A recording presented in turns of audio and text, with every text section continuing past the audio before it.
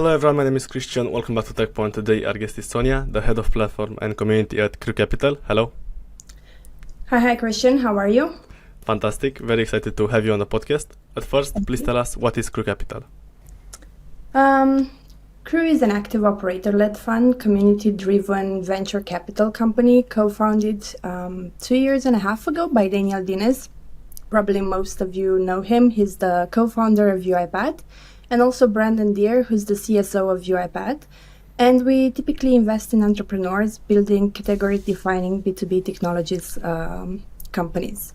I would say our main differentiator is that through the experience of building UiPath from basically zero to IPO, and the big network of operators who face similar company scaling challenges on a daily basis, we can help our founders with more than just capital. This being said, we can be strategical. As an example, help them define their go-to-market strategy, or connect them with advisors, customers, industry executives, investors, who can help them scale easier. But we also are tactical at the same time. Let's help you find that go-to-market leader that will actually execute and implement that strategy we can build together. I would say another big piece would be the empathy we have towards the founders, as we know how hard it is to build something unique and durable. And Christian, to give you an example, one of our portfolio founders was telling us that when he jumps on a call with us, he can leave his CEO hat at the door and can actually share the issues he has while, reaching a certain goal without necessarily feeling judged, and that he's certain that in some way or another, we'll find a way to help them. And I think that's core to what we do here at Crew Capital. That's fantastic. So UiPath created a new category and you are helping founders that are creating some form of innovative company. So I really like that. How do you educate your founders? I wouldn't say that our aim is to educate the founders. We do position ourselves better as advisors, and highlighting to them basically which would be the pros and cons, or sharing some lessons learned. Okay. But ultimately, I think it's that the CEO decision which road to take ahead. Our aim is to help them more with anything they need. So I highlighted earlier a couple of things we can do for them, but maybe to be a bit more granular. For example, in my case, as I have a lot of experience in recruitment and HR, I can either introduce the founder to a top recruitment agency, for example, or I can do the headhunting myself, or I can share some best sourcing practices with their HR person. And you can extrapolate these types of help to any top of mind issue, from go-to-market to marketing, fundraising, where, for example, we can make intros to other leading venture capital companies out there, or we can build together the narrative on how to sell their story to investors. On top of that, all the content we release is basically with the scope to give back to the founders community. As an example, we have a series of interviews where we choose founders who have scaled billion-dollar companies to share their perspective, their insights on scaling an organization, the challenges they face, and how they solve them, or what they learned from them. And I would say you normally find a lot of information out there, but most of the time you hear only the good parts of the journey after someone had success, but not necessarily the bumpy road they faced and how they got there. And that's something the founders really need. So these are a couple of ways we help them, but yeah. You explained it great. I really like it, and I think you built a fantastic community. And you work with so many founders. I'm curious to know, what do you think are their biggest mistakes that they do? That's a tough question, because I think ultimately it depends. The founders are very different and they have very different experiences. There are some common mistakes, or I would say not necessarily mistakes, a lesson to be learned. Yes. One of them would be sometimes they bring very experienced people too early in the team. And this can cause frustration on both ends and obviously wasted time and resources. Here, my advice would be first to understand very well what you need that person to do after they join the company. And hire maybe for that and a level above. What I'm saying basically is if you're at the Series C stage and you need a sales leader, go find someone that has grown a company from Series B to Series C. They would be more closer to the experience you need, but at the same time, they will be able to put also the strategy from 0 to 1 and plan ahead. Also, another thing would be that, there may be times where you feel as a founder that you can do better. And that's true. But at the same time, you can't take care of everything as you are just one person. So when you hire your leadership team, make sure that you empower them, that you trust them, and ultimately you help them to help you achieve your vision. What else? Something recurrent I'm hearing in my discussions with advisors is listen to your customer. I know it may sound trivial and everyone says that, but as a founder, obviously you believe your product is the best. And yes, you definitely need to believe in what you are building. However, remember that the success of your product is deeply related to how big the issue you are solving for the customer is. So, because at the end of the day, they are your user, and you can have an amazing product with great features. However, if almost no one uses it, at the end of the day, it's just that, a nice product. So before starting to, build something and put all your money and time and effort into it, try to talk with 15, 20, 30 design partners, which are basically potential clients or people in the industry, for you to understand basically what's the potential product market fit, what they need, and then while you build, ask for feedback nonstop.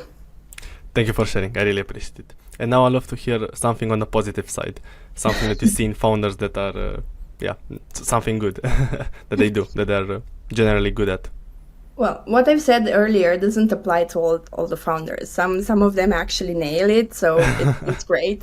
But if there would be one trait I see in founders that everyone has it, is sharing their passion and infecting you with their enthusiasm, either to build, to grow a team, and so on and so forth. And I think that's also something fundamental that you need, believing in what you build, but it's also great to see that they're actually able to share that. And now I'd like to talk more about UiPath. I'd like to hear the story of the company, if you can share it with us. UiPath right now is a leading business automation platform. It was built in Romania. Everything actually started in 2005. And then in 2013, listening to the feedback from their customers, pivoted towards building an RPA solution. RPA stands for Robotic Process Automation.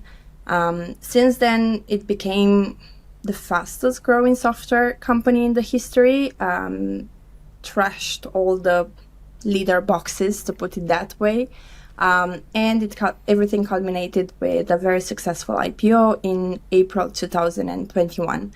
From what I'm hearing, most people would say that UiPath put Eastern Europe on the venture ecosystem, and it was the first company that reached unicorn status and then went to IPO in Eastern Europe. Incredible. Wow. And you are there part of the journey. When did you join the company? I joined in 2017. I was actually the third member of the whole HR team. Right now, the HR team, I think it's 100, 200 people or something like that globally. Okay. And it was the moment when UiPath started expanding internationally. There were a couple of people in the US, mainly salespeople, a couple of people in the UK, Japan, and India. And Marius Sistrate, who was back then the chief people officer at UiPath, he joined, I think, 3 or 4 months before me, reached out and basically brought me on board to the technical recruitment and scale the Romanian tech team. That's funny because day one in UiPath, I was actually building JDs in French with the newly hired general manager of France. So that was basically the story of coming into UiPath. So since I joined UiPath, I've worked together with colleagues across departments to take this company from 200 people, most of them in Romania, to more than 3,000 colleagues in over 30 countries globally, from US, EMEA to APAC.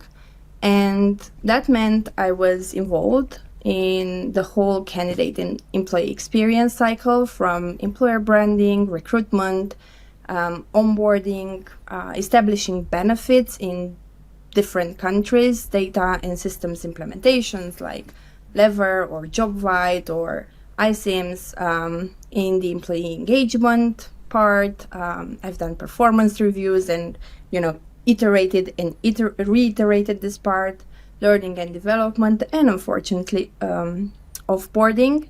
But at the end of the day, doing a bit of everything, that's what it means to be in a startup. What do you think is the most important trait for a HR person? Is it empathy? I see HR in the middle of everything, basically. And one important trait, I would say, is adaptability and being flexible. You, as an HR person, you work with a lot of people, from your team, from your colleagues, from the employees of the organization to the VPs and the upper management. So you need to act as a sponge in order to make sure everything is equilibrated and help everyone while attending meeting your own objectives as well. So basically, yeah, I would say adaptability is very important. What would be your best piece of advice for a starting person working in HR, looking to work in a successful tech company? I'm not sure if it's necessarily for only an HR person. Okay.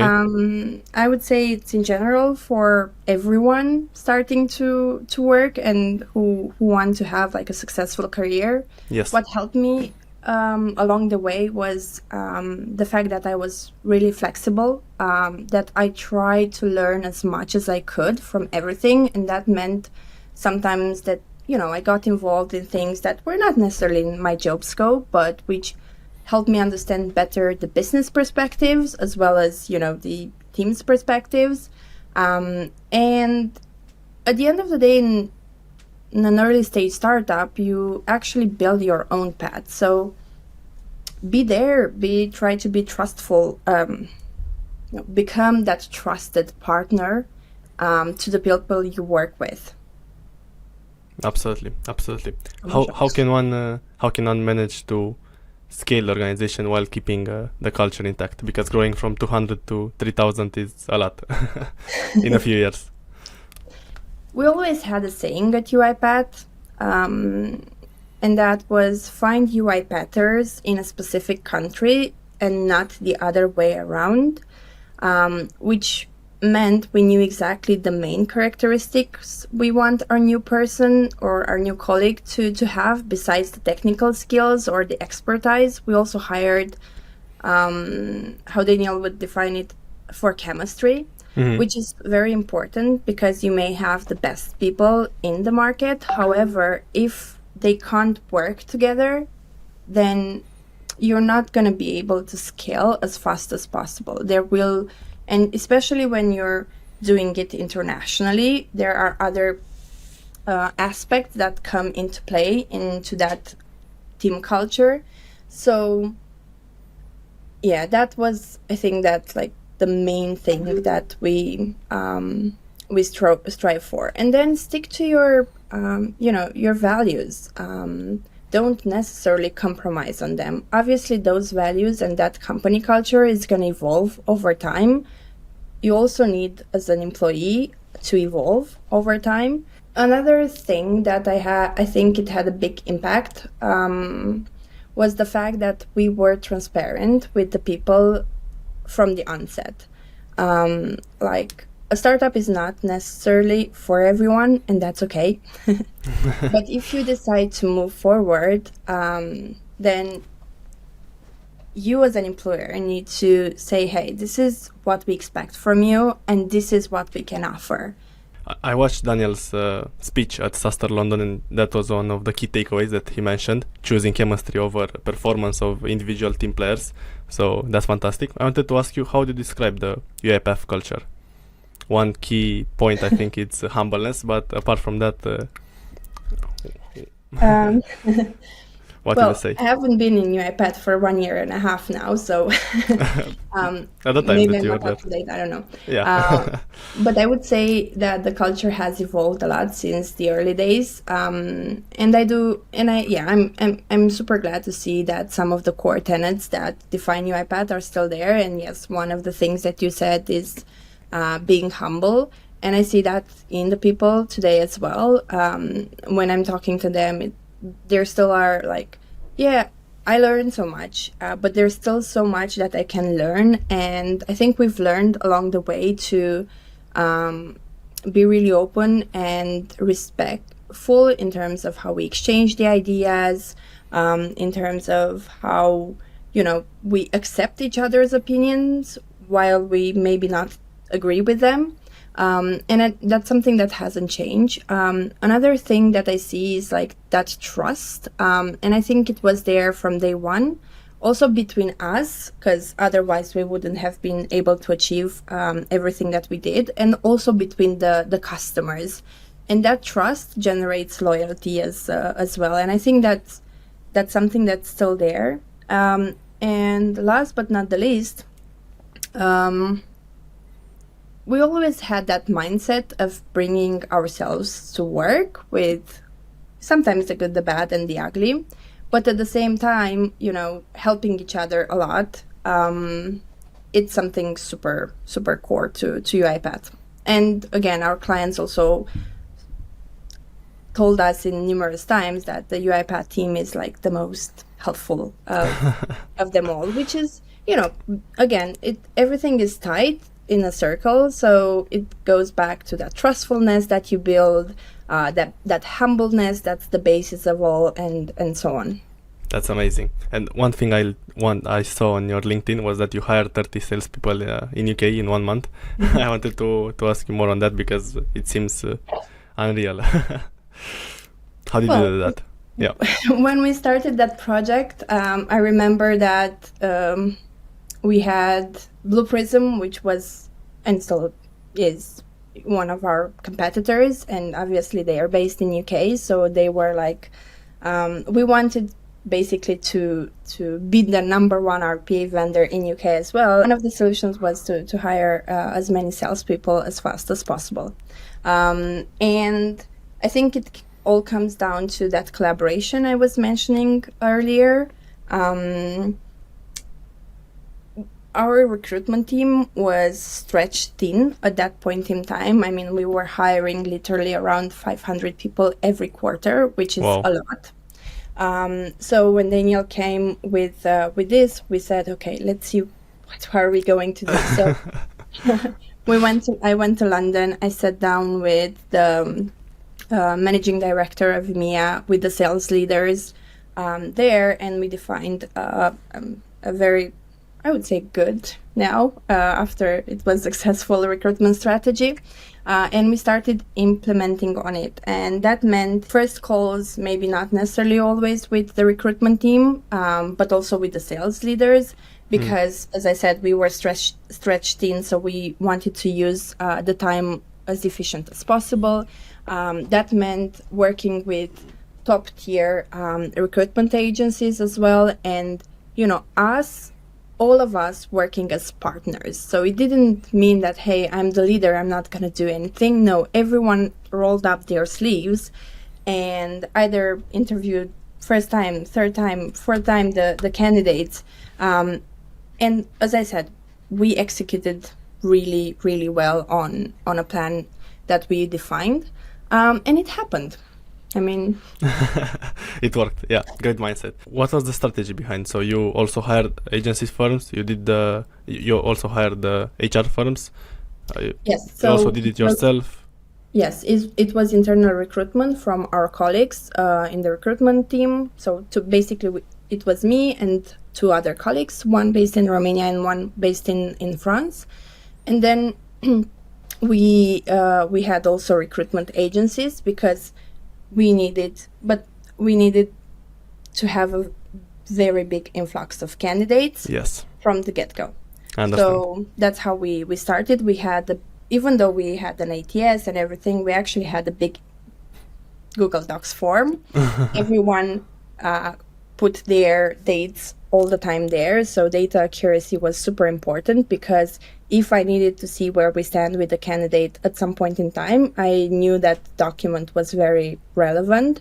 We had weekly calls between all of us regarding status, where we have, where we are, what we are missing, what we need, and so on and so forth, help given to each other.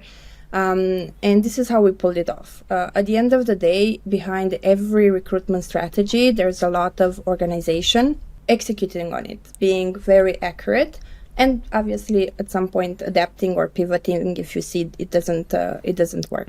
Absolutely. But basically you hired 500 people a quarter with only 3 employees, only 3 HR. No.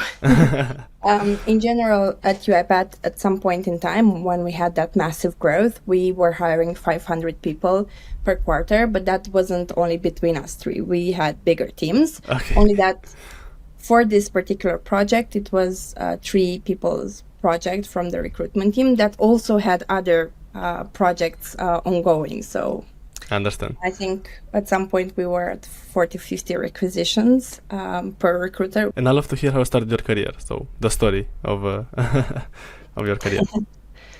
I think I've been a pretty normal person, and I am a pretty normal person. It wasn't something like fantastic. There are those people who really know what they want from the beginning, since they are young, and who are very good at something. Like they know that they want to be doctors or architects, and they put a lot of time and effort to be the best there and achieve their dream. Yes. I can say I'm more of a generalist. I went to one of the best high schools in northeast Romania, and then chose European administration as my degree, where I had subjects from like a little bit of everything. And at that time, I had also an HR course, and I fell in love because it gave me a sense of purpose, helping and getting to know different people. That's why I'm actually love recruitment. I'm helping a person find a better job. And if it's not a better job, unfortunately, I cannot sell it. So from my perspective, it is. You're not a magician. Yeah. And I also help companies scale, because at the end of the day, the backbone of organization is the people that they have within the organization. So I help on both ends, and couple that with learning a lot on the business side. It helps me have like that well-rounded vision, from tactical to strategical as well. After college, I did an internship at a recruitment company, and then I got hired at Pentalog, which is a French outsourcing company. Initially, my focus was to build a Cluj technical team, but one thing led to another, and I was doubling the Yash agency. Then I was helping on the Brasov one, scaling the Bucharest as well. And before my end of career at Pentalog, I built from scratch a technical team for one of the startups Pentalog started to build. I have learned a lot in that period of time, which basically helped me in my journey with UiPath. What are the key roles that you had at UiPath? What was the evolution of your journey there? As I said, initially I started hiring technical people, but then I had to start hiring salespeople, marketing people, finance people, basically all the departments or the people that you can find in a company, from the most junior to the most senior one, across geographies. I obviously built the EMEA team. I've also jumped in and helped put the basis of the Southeast Asia team. In parallel, I was also helping on the US until we found new people there to bring in the talent acquisition team, and then, gave those responsibilities to them. So, yeah. Do you have any recommendations for existing HR managers? Not people starting out, but people are already working in these positions. Something that they can improve based on their experience. I think it's something that I said also earlier, but strive to be a true partner to your stakeholders, and that means upper management, team, and employees. Don't be afraid to say no sometimes. Obviously argumented, and not just saying no for the sake of saying no. I think this is something that some HR people, talent acquisition people, and so on, forget that, they should sometimes push back, because it's, at the end of the day, also their work there, and they have that power to influence things for the better. Absolutely. And now I have one last question, which I typically ask all my guests. What's your favorite SaaS product that you use? I don't think I actually have a favorite SaaS product. I actually used multiple products depending on what I needed to do. Lately, I'm very keen on using Fathom to take notes, because I don't really like to take that many notes during a conversation. I prefer to stay focused on the conversation, so this helps me a lot. I'm also using Riverside in my marketing activities. I used to use different ATSs, and I think I enjoyed working the most with JobFlight, which is simple and efficient. iSIMS as well, which is more complex, but it's, it lets you customize everything you want. I also liked Culture Amp for the as an employee experience platform. There are a lot out there, so it depends at the end of the day what your needs are and finding the right tool for you. Thanks for sharing. Is there anything else that you want to tell us today on the podcast? Always strive to be better than you were yesterday. Thank you so much for joining. I really appreciate it. Thank you. Thank you as well for having me.